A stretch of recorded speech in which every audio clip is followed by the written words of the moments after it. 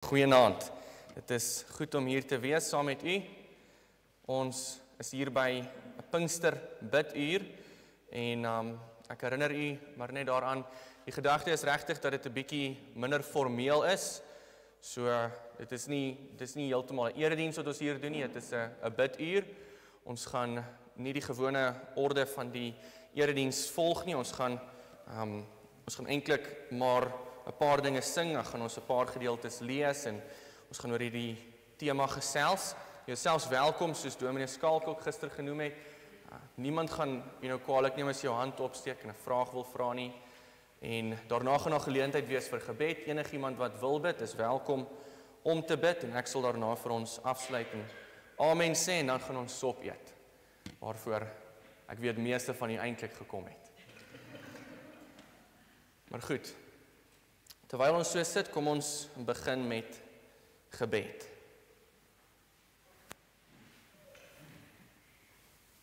Terwyl ons so sit. Kom ons sluit die oë en ons bid saam. Onse almagtige, drie-enige God, Vader, Seun en Heilige Gees.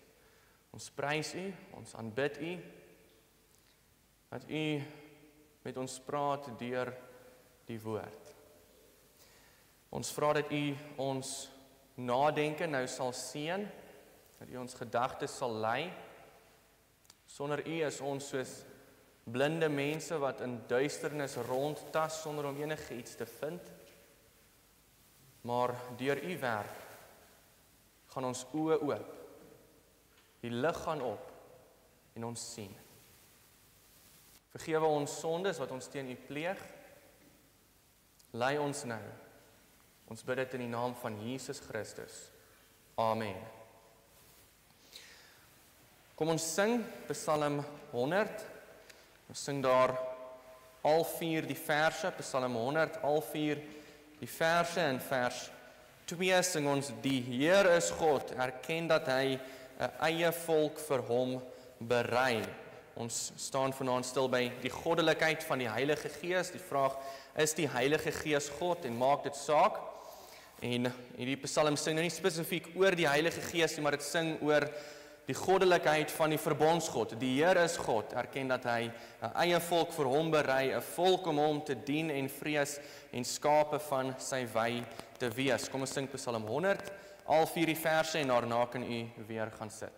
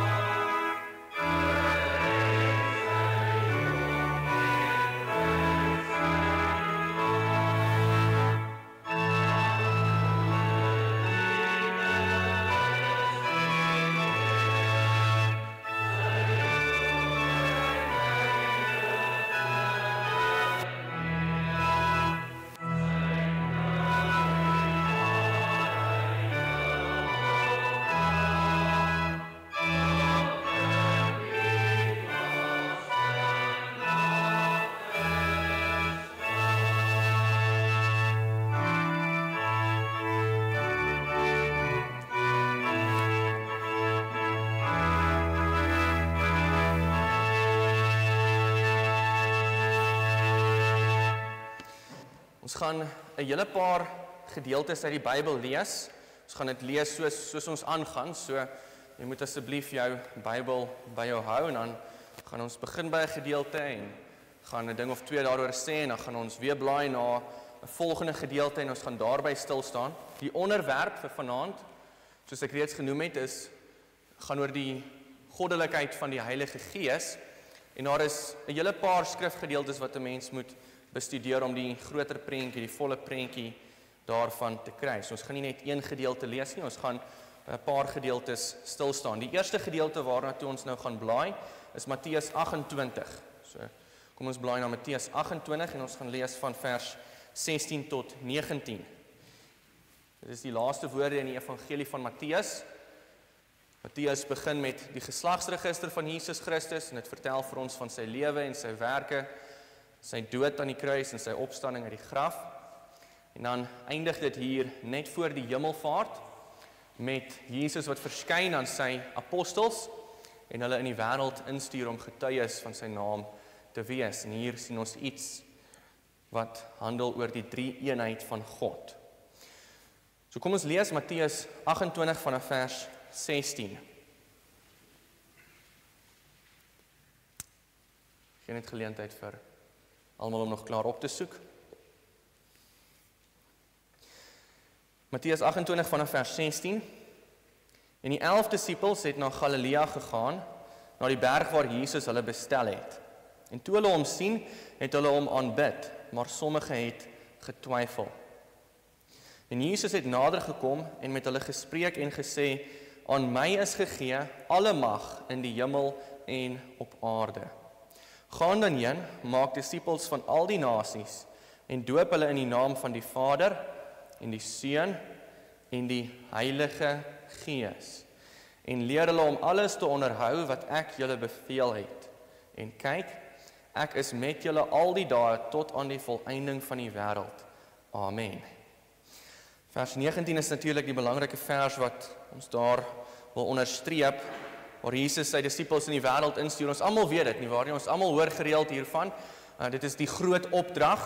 Dit is 'n bekende term daarvoor, die groot sendingopdrag waar Jesus Christus sy kerk in die wêreld instuur, sê gaan maak disippels. Dit is ons roeping nou nog. Ons roeping is om van mense en nasies disippels te maak. Wat beteken dit om van iemand 'n disipel te maak? Wel, direk daarna verduidelik hy, leer hulle om alles te onderhou wat ek julle beveel het. Dit is nogal baie nie waar nie. Daar is baie dinge wat Jesus beveel het. Baie van Jesus se bevele, as jy so gaan blaai deur die evangelies, gaan jy baie bevele van Jesus Christus kry. En hy sê, leer hierdie nasies om dit te onderhou. Nie net om dit te ken nie, om dit te onderhou. Dit is wat dit beteken om van die nasies disippels te maak. Dit is nie net, jy vertel vir hulle genoeg om vir hulle 'n papiertjie te gee met 'n bekeringsgebed op en hy bid dit nou en hy sê, nou is jy in die hemel en nou is alles klop disselboom en nou is jy disipel nie. Nee, dit is 'n lewenslange taak. Ons taak om disippels te maak van die nasies. Maar dan as deel van hierdie taak kry ons, die kerk, die opdrag om hierdie nasies en die mense in daardie nasies te doop. Doop hulle, en hoor dan, doop hulle in die naam. Enkelvoud. Nie waar nie, dit is naam, nie name nie, in die naam van die Vader en die Seun en die Heilige Gees.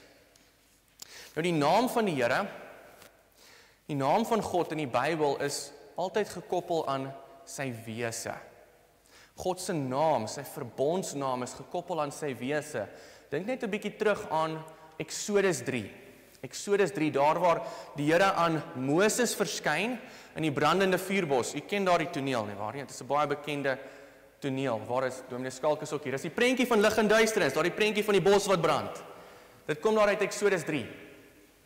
En goed, so wat daar gebeur is die Here verskyn in 'n brandende bos aan Moses, die bos brand, maar hy brand nie uit nie. Moses kom nader, die Here sê die grond waarop jy staan is heilige grond, trek jou skoene uit. En dan verskyn God aan hom en God maak sy naam aan hom bekend. Wat is sy naam? Hy sê, ek is wat ek is. Ek is wat ek is. Dan maak hy op daardie manier sy verbondsnaam aan hom bekend. En jy kan hoor in daardie naam, sy naam gaan ook oor wie hy is. Dit gaan oor sy wese. Hy sal altyd dieselfde bly. Hy is vandag dieselfde as môre en as gister. Hy bepaal wie hy is. Daar is niemand anders wat bepaal wie hy is nie. Hy is wat hy is. Geen mens kan dit sê nie. Geen mens sê ek is totaal en al net wie ek is. Nee, ons is beperk. Daar is altyd mense wat op ons kan inspel, maar nie God nie. Hy is wat hy is. En dan maak hy sy verbondsnaam aan Moses bekend, Jahwe. Hy sê, jy kan vir die volk sê, Jahwe het my gestuur. Jahwe is letterlik Hebreëus vir hy wat is. Hy wat is. So elke keer as jy die verbondsnaam van die Here hoor in die Bybel, H-E-R-E, hoofletters alles, 4 hoofletters, H-E-R-E, weet jy die Hebreëse naam Jahwe is daar die Griekse woord wat daar agter sit. En dit beteken hy wat is. God se naam direk gekoppel aan God se wese. En hier in Matteus 28 vers 19 dan lees ons van die naam. Die naam. Een naam, een wese. Die naam, een wese van die Vader en die Seun en die Heilige Gees, 3 persone. En hier kry ons in saadvorm die teologie, die leerstelling van die 3 eenheid, die leerstelling van die 3 eenheid.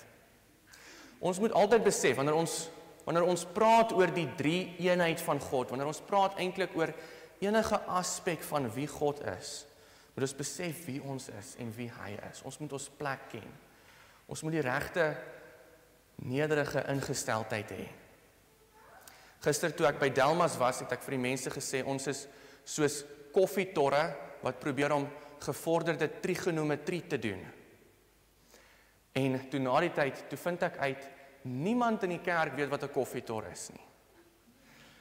Ek weet nie, is dit iets wat nie op die hoëveld na vore kom nie. Julle moet nou vir my sê, daar in die stad is daar vreeslik baie koffietorre, jy sien hulle oral. So die Engelse woord is 'n Christmas beetle.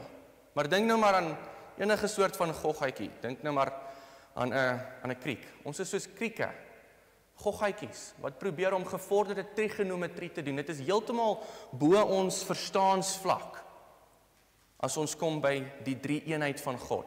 Jy kan dit so sê, jy kan sê ons kan hoor wat die Bybel sê en glo wat die Bybel vir ons sê, maar as dit ooit vir jou gevra word hoe presies werk dit, dan kan ons dit nie antwoord nie.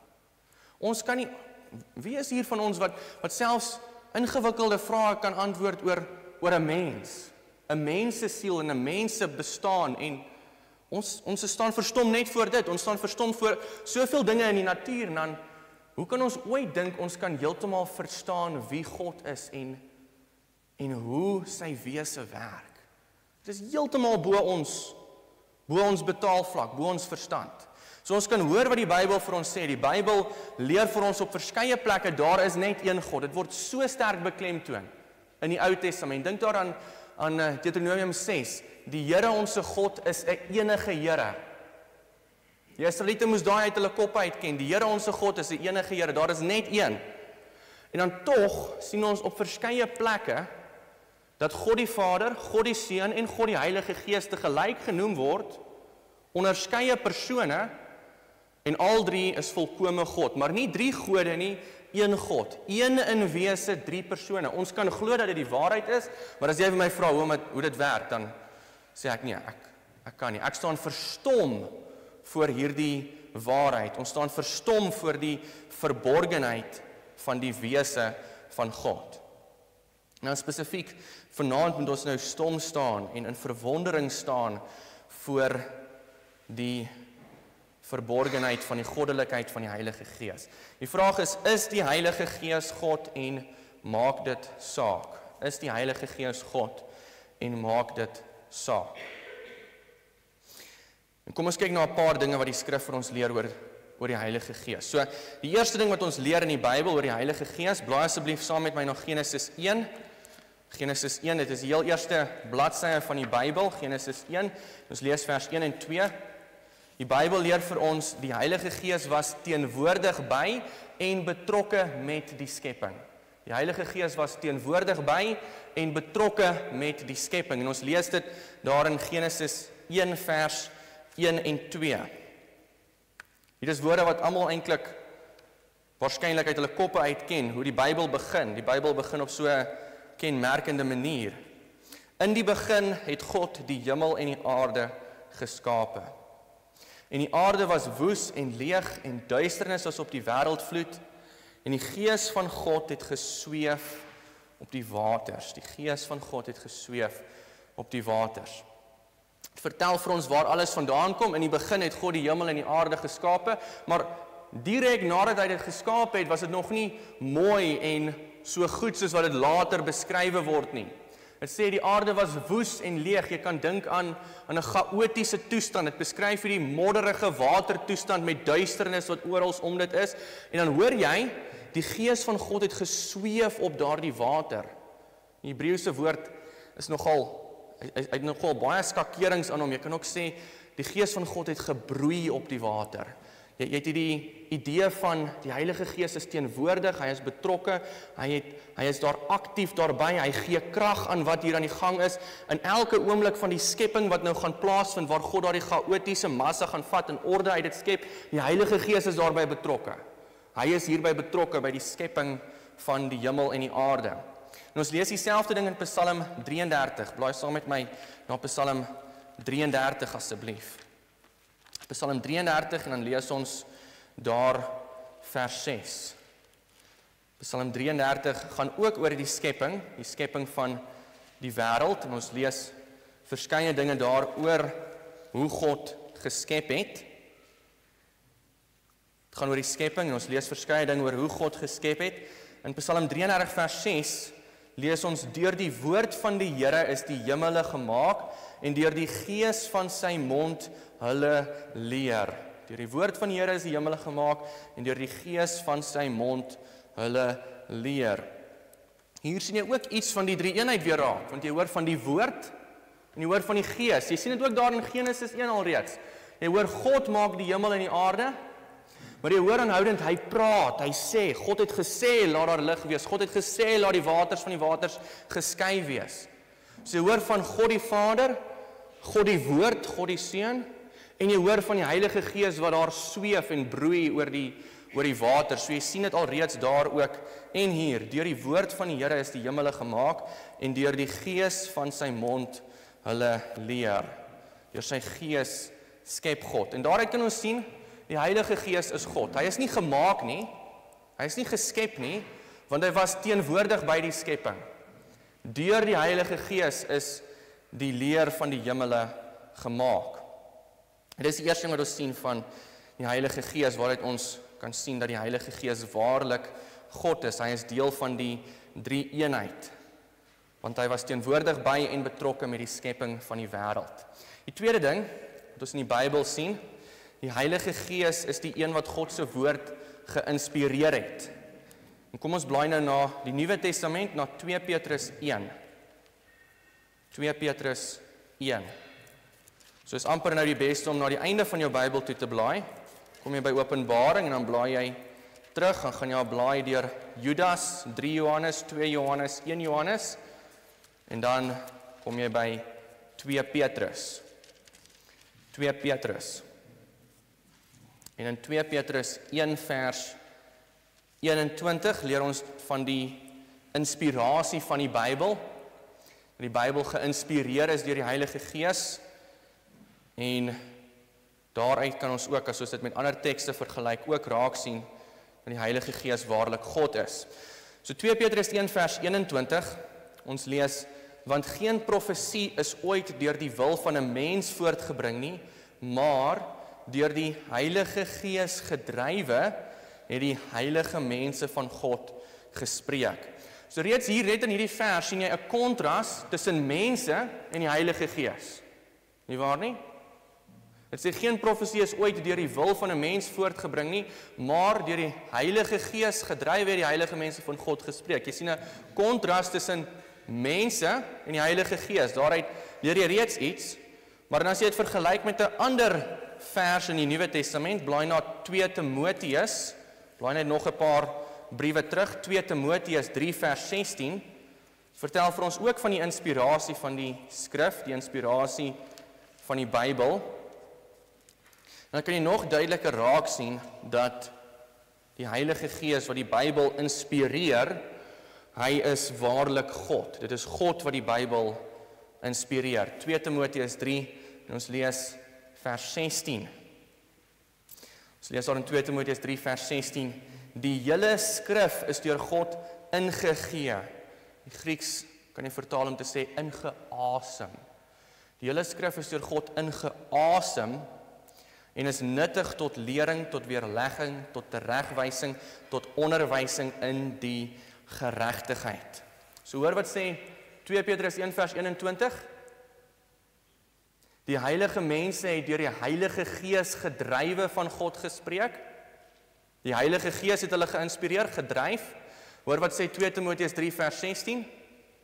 Die hele skrif is deur God ingegee, ingeasem. Die Heilige Gees en God. Die Heilige Gees inspireer, God inspireer. As jy die twee tekste bymekaar uitbring, dan sien 'n mens duidelik dat die Heilige Gees waarlik God is. So dit is die tweede ding wat ons hier kan raak sien. Die Heilige Gees is God, want hy inspireer die Bybel. Dan die derde ding wat ons in die skrif moet raak sien, is in 1 Korintiërs 6 vers 19. Blaai na 1 Korintiërs 6 vers 19.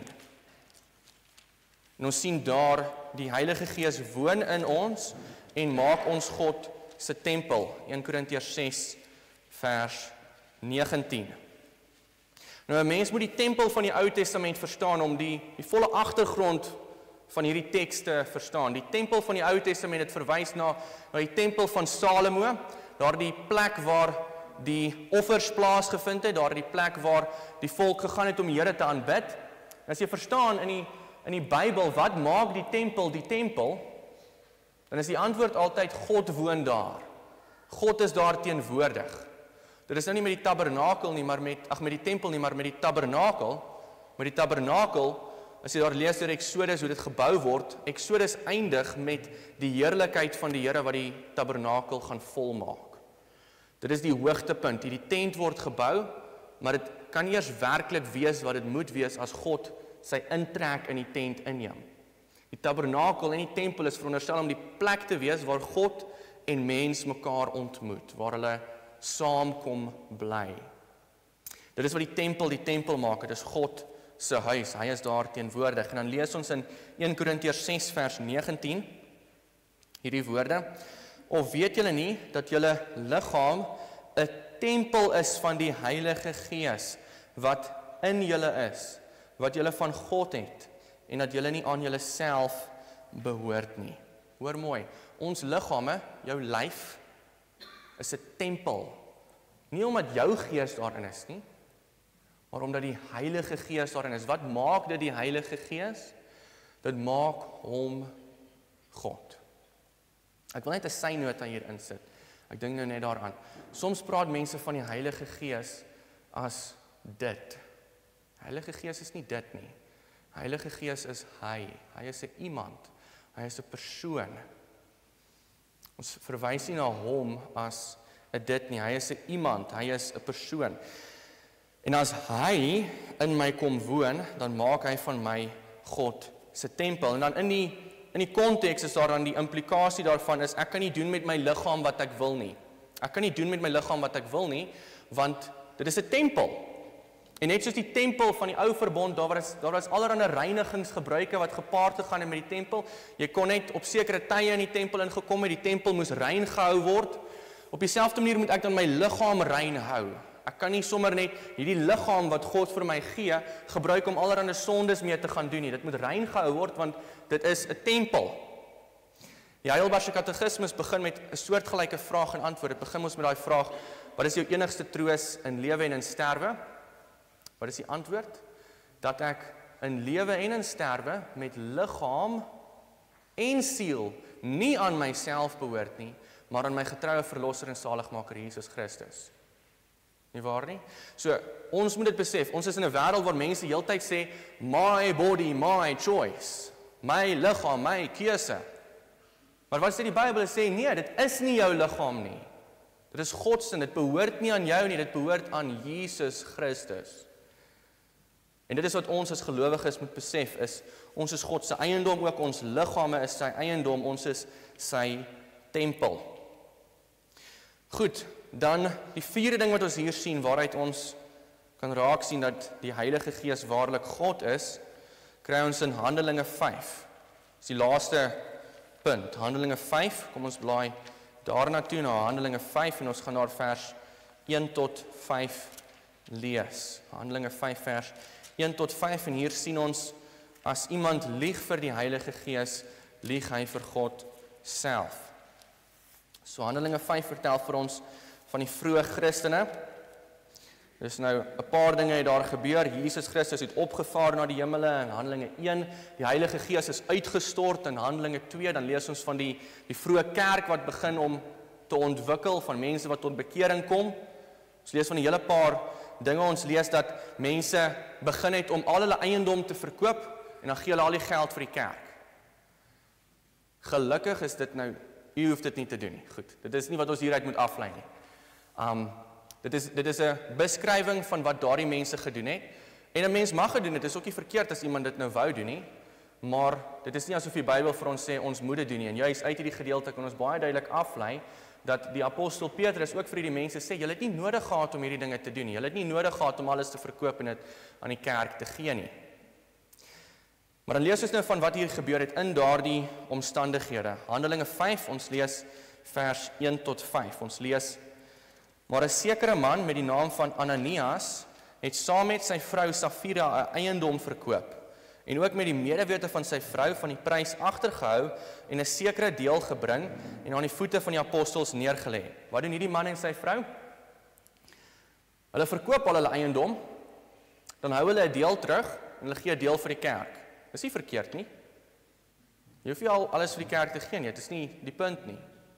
Maar wat is hulle besig om te doen? Hulle is besig om voor te gee dat hulle alles verkoop het en alles gee vir die kerk. En jy kan nou jouself nou maar net indink waaroor gaan hierdie. Heel moontlik gaan dit daaroor dat ek wil hier in die kerk kom sit en ek is spoggerig oor myself kan voel. Ek wil hê almal anders moet weet ek is die man wat alles verkoop het en alles gegee het vir die kerk. Intussen is ek nog besig om 'n klomp geld daar in 'n spaarrekening te hou vir 'n reënerige dag.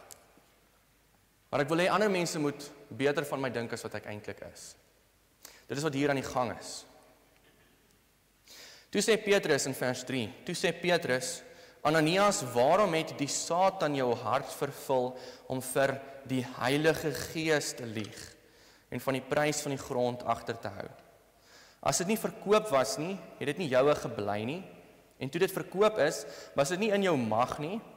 Waarom is dit dat jy hierdie saak in jou hart voorgeneem het?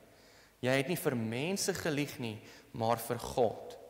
En toe Ananias hierdie woorde hoor, het hy neergeval en gesterwe, en 'n groot vrees het gekom oor almal wat dit gehoor het. Petrus beklemtoon het, hy sê, jy het nie nodig gehad om hierdie alles vir die kerk te gee nie. Jy kon dit gehou het, dit was jou, dit was in jou mag. Maar wat is die probleem? Jy het gelieg. Jy het die 9de gebod oortree, jy het gelieg. En hy sê, daar in vers 3, jy het vir die Heilige Gees gelieg, en dan in vers 4, jy het vir God gelieg. Met ander woorde, die Heilige Gees is waarlik God. En dit is wat ons deurgaans deur in die Bybel lees. Ons kom agter die Heilige Gees is 'n iemand, hy is 'n persoon, jy kan hom bedroef. En ons lees ook dat hy waarlik God is. Dit bring ons nou by die vraag, maak dit enigsins saak? Maak dit enigsins saak? En dalk sit u nou hier en u wonder dit. Wat maak dit eintlik saak? Wat nou as iemand sê, goed, ek glo nie regtig die Heilige Gees is God nie, of meer waarskynlik in ons dag sal mense sê, ek glo nie in die drie eenheid nie. God die Vader is God, Jesus was 'n mens, en die Heilige Gees is nie eintlik 'n persoon nie, is wat mense sal sê. Wat maak ons met so iets? Kom ons blaai nou na een van ons belydenisskrifte. U hoef nie saam te lees nie. Maar een van ons belydenisskrifte, 'n baie ou belydenisskrif, die belydenisskrif van Athanasius. Dit is nie eintlik geskryf deur Athanasius nie, maar word aan hom toegedig, aan hom opgedra. Geloofsbelijdenis van Athanasius. Hierdie is ook een van die geloofsbelijdenisse wat ons kan lees in die erediens, maar hy is nogal lank. Ons lees dit baie selde in die erediens. Baie meer gereeld lees ons die apostoliese geloofsbelijdenis en die geloofsbelijdenis van Nicea. maar hierdie is ook 'n algemene belydenisskrif. Ons kan dit lees in die erediens. En hierdie belydenisskrif antwoord daardie vraag. So ons lees daar, gaan net die begin en die einde lees. Van die begin af, elkeen wat salig wil wees, vir hom is voor alle dinge nodig, dat hy die algemene geloof moet vashou. En die een wat dit nie geheel en al en ongeskonde bewaar nie, hy sal ongetwyfeld vir ewig verlore gaan. Die algemene geloof dan is dit, dat ons die een God in drieheid en die drieheid in eenheid vereer, sonder om die persone te vermeng of die wese te deel. So hoor mooi. Die algemene geloof waardeur ons gered word is 'n drie-enige geloof. Dit is 'n geloof in God die Vader, die Seun en die Heilige Gees. Die geloofsbelijdenis sluit af. Dit is die algemene geloof en as iemand dit nie getrou en vas glo nie, sal hy nie salig kan wees nie. Die Bybel is vol van dinge wat 'n mens sal sê dit is saligheidskwessies. Met ander woorde, as jy hierdie nie glo nie, kan jy nie waarlik gered word nie. Een van hierdie kwessies is die drie-eenheid. Weereens, jy hoef dit nie te verstaan heeltemal nie, want niemand kan dit heeltemal verstaan nie. Maar jy moet dit glo. Ons moet glo wat die Bybel vir ons leer. Ons moet glo wat die Bybel ons leer oor die drie-enige God. 'n Manier wat 'n mens daaraan kan dink, dit gaan oor die eerste gebod. Dit gaan oor die eerste gebod. Martin Luther, die kerkreformator, het gesê die eerste gebod gaan oor geloof. Is heeltemal reg. Die eerste gebod sê vir jou, jy moet in God glo. In die ware God, nie in iemand anders nie, nie in jouself nie, nie in 'n ander skepsel nie, nie in 'n politieke stelsel of wat ook al nie. Jy moet glo in God. Ek moet my totale vertroue in God stel. En dan moet ek weet, wie is hierdie God? Ek kan nie 'n valse God aanbid en sê, nou is ek gered, want ek hou nou die eerste gebod, maar eintlik is dit 'n valse God wat ek besig is om te dien nie. Nee, ek moet die ware God in gees en in waarheid aanbid. En daarom is dit so belangrik vir ons om vas te hou aan die leerstelling van die drie-eenheid en ook wat dit insluit, die goddelikheid van die Heilige Gees. Daar is nie so baie mense vandag wat sal sê, wat sal debatteer oor die kwessie van die Heilige Gees nie. Baie keer val mense eerder die kwessie aan van Jesus Christus se goddelikheid. Jy kry dit in die Israel visiekringe waar mense sal sê Jesus is net 'n koninklike figuur of 'n profeet gewees of iets soos dit, maar hulle sal nie sê so ver gaan om te sê hy was waarlik God nie. Maar dit gaan alles saam. Die leerstelling van die drie-eenheid. God die Vader, God die Seun en God die Heilige Gees. En dit is nodig vir ons om in hierdie God te glo. Jy hoef dit nie perfek te doen nie. Jy hoef nie al die antwoorde te hê nie. Jy hoef nie al die detail van dit te ken nie. God kom ons ongeloof ook te hulp, soos ons gister gehoor het. Maar as ek dit verwerp, as ek sê nee, ek glo nie in die drie-eenheid van God nie, ek glo net God die Vader is God, dan moet ons staan voor wat die Bybel ons leer. Dan aanbid jy nie die ware God nie, aanbid 'n valse Here. Enige vrae?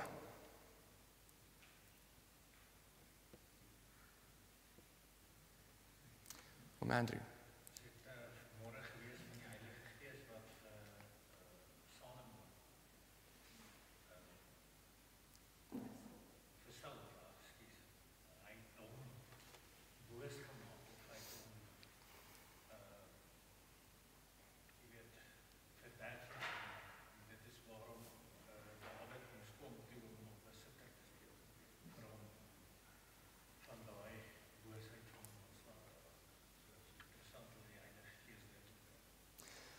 Om Andrew vra, ek herhaal net die vraag vir die opname, om Andrew maak eintlik 'n opmerking oor die episode in die Ou Testament met koning Saul en die bose gees van God wat God gestuur het om Saul boos te maak, en dan het Dawid gekom en hy het op sy siter gespeel en die bose gees sou dan van Saul afwyk, en hy maak die opmerking dat dit interessant is dat die Heilige Gees skynbaar so iets doen.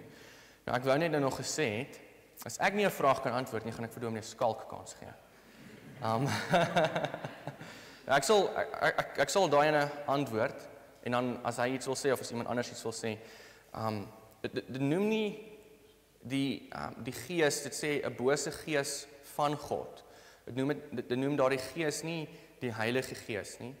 En hoe ek dit eerder sou verstaan is om dit te verstaan as 'n demoon wat God stuur, 'n bose gees, nie die Heilige Gees nie. Dit is moeilik, daar is 'n ander keer wat so iets gebeur, nie met Saul nie, maar met een van die latere konings, ek vergeet nou sy naam, waar God 'n leungees stuur tussen die profete en om leuns te profeteer. So mens wonder nog steeds, waarom sal God 'n demoon stuur na die koning van sy volk? Waarom wil God nie die demoon eerder weghou nie? Mens wonder nog steeds dit, maar dit is nie die geval dat die Heilige Gees boos genoem word nie. Dit is ook nie die geval dat die Heilige Gees in iemand inkom en hom dan doelbewus weglei van die Here nie, want dit is wat die bose gees daar doen. Hy verhard Saul se hart. So ek dink dit is so my antwoord daar wees om dit eerder te verstaan as 'n bose gees. Enige ander vrae of antwoord oor dit, Johan?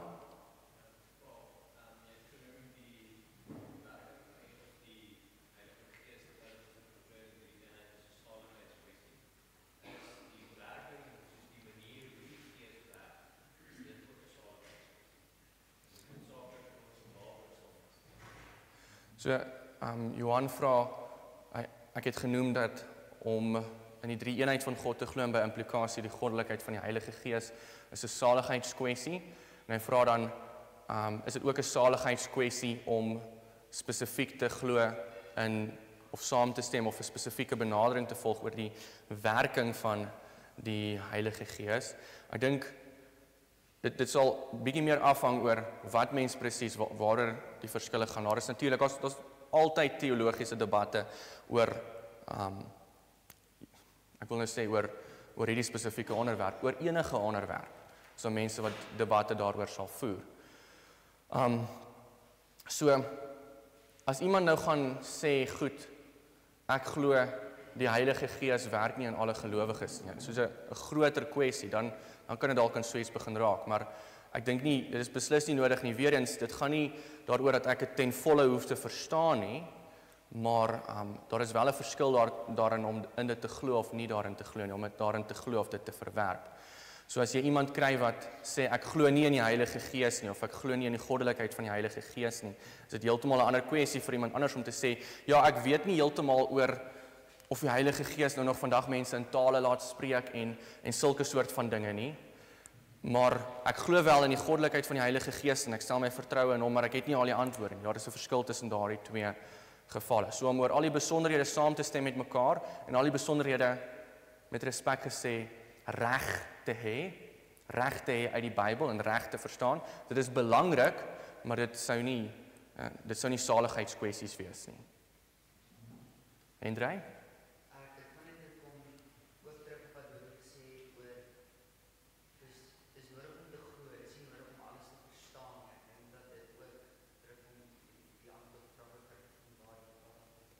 Ja. So Hendrey noem dit ook. Dit is nodig om dit te glo, maar jy hoef nie alles te verstaan nie. Inteendeel, geen mens kan dit alles verstaan nie. Ek dink as jy wil noem soos 'n voorbeeld, dan kan dit dalk meer sinvol maak. Want dit is baie algemeen om te sê is dit nodig om oor alles saam te stem. Die vraag is oor watter saak presies oor die werking van die Heilige Gees. Kan jy dan dink jy aan 'n spesifieke voorbeeld of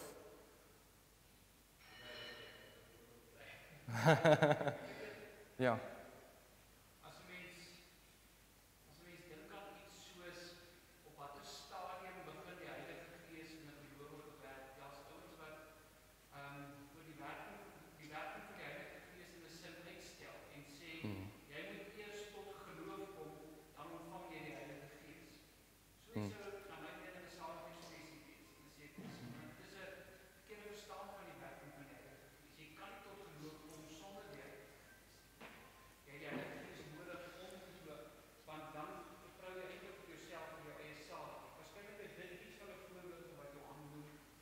Mense sal 'n bietjie verder daaroor gaan debatteer, maar dit gaan oor as mens in terme van 'n heel skool tot dink en werk met Ja.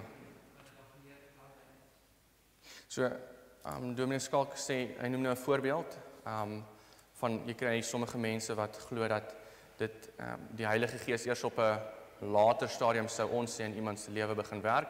So as gereformeerdes ons glo, die Heilige Gees kom en hy gee vir jou 'n nuwe hart, hy maak jou nuut, en dit is uit hierdie nuwe hart wat jy dan begin glo.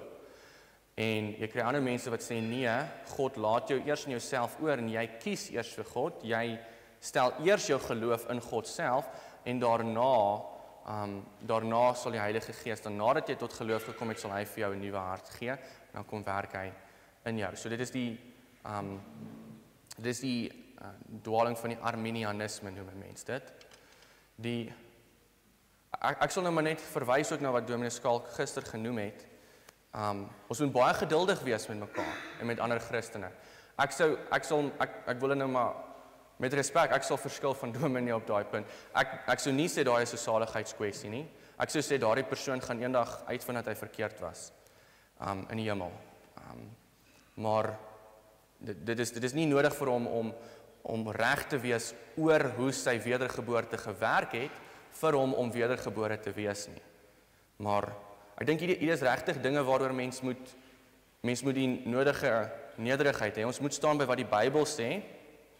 En ons moet daarop, dit is vir my 'n baie belangrike kwessie, daar is beslis 'n belangrike kwessie, maar as iemand sê, jy weet, ek glo dat die Heilige Gees in my eers wederbaar nadat ek tot geloof gekom het, hy is verkeerd, hy is beslis besig om te veel van homself te dink, maar ek sou maar net versigtig wees om te sê, so 'n persoon het nie 'n ware geloof nie. Ek hoop dit antwoord die vraag.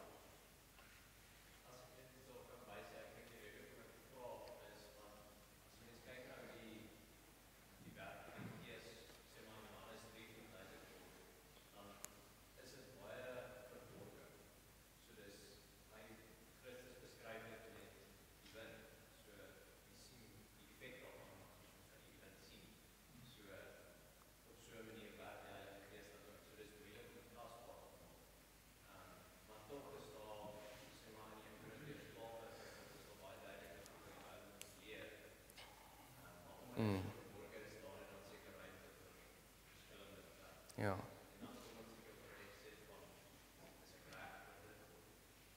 Ja, so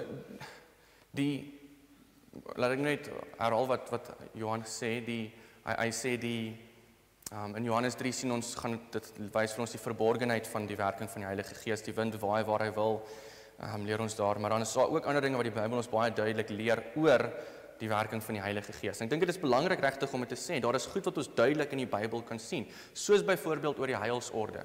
Ons kan baie duidelik sien, en die Bybel leer ons baie duidelik dat jy is dood in jou sonde. Jy kan nie glo in God nie, dit is nie jou keuse nie, Romeine 9, dit hang nie af van een wat wil of van een wat loop nie.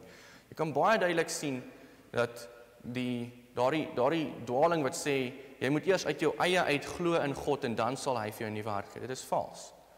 Maar mens moet geduldig wees met mekaar oor dit, en op die ou end is dit is ook 'n kwessie waar ons kan sê, goed, hier is 'n saligheidskwessie, maar dan moet ons nog steeds onderskei en sê, ek is nie die een wat die oordeel vel nie. Ek kyk wat die Bybel vir my sê, God is op die ou end die een wat oordeel. En ons laat dit steeds in sy hande, hy besluit op die ou end, wie gaan hemel toe en wie gaan hel toe. Nog vrae?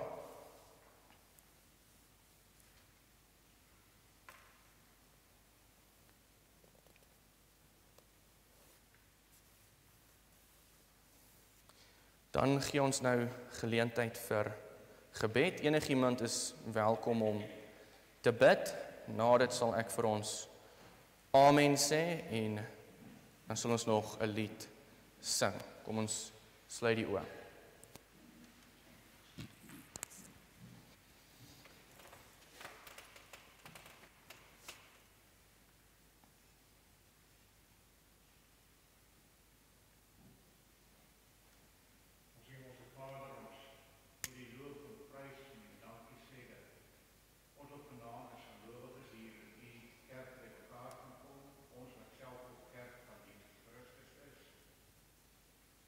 Dankie sê vir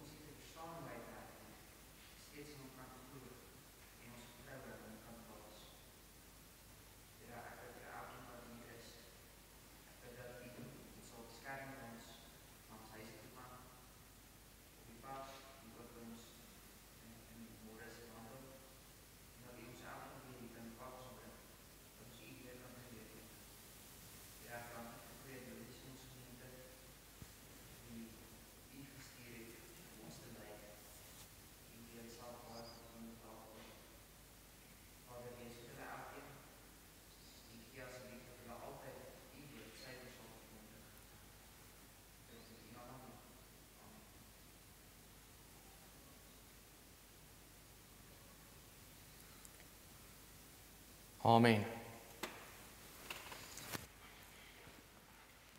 Kom ons sing nou. Gesang 226, 226. Ons sing daar vers 1, 2 en 3, vers 1 tot 3. Ek wil die woorde daar lees. O Heilige Gees, o Heilige God. Ons sing tot die Heilige Gees en hy is waarlik ons Heilige God. Kom ons sing gesang 226 en ons sing vers 1 tot 3.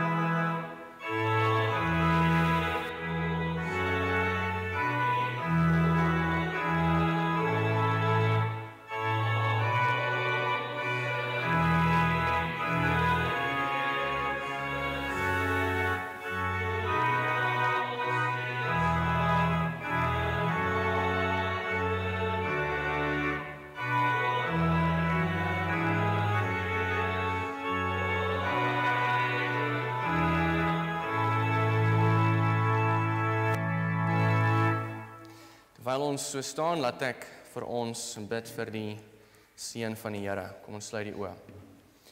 Onse Vader, ons bid dat U genade, barmhartigheid en vrede in Jesus Christus en deur U Heilige Gees na ons sal stuur. Amen.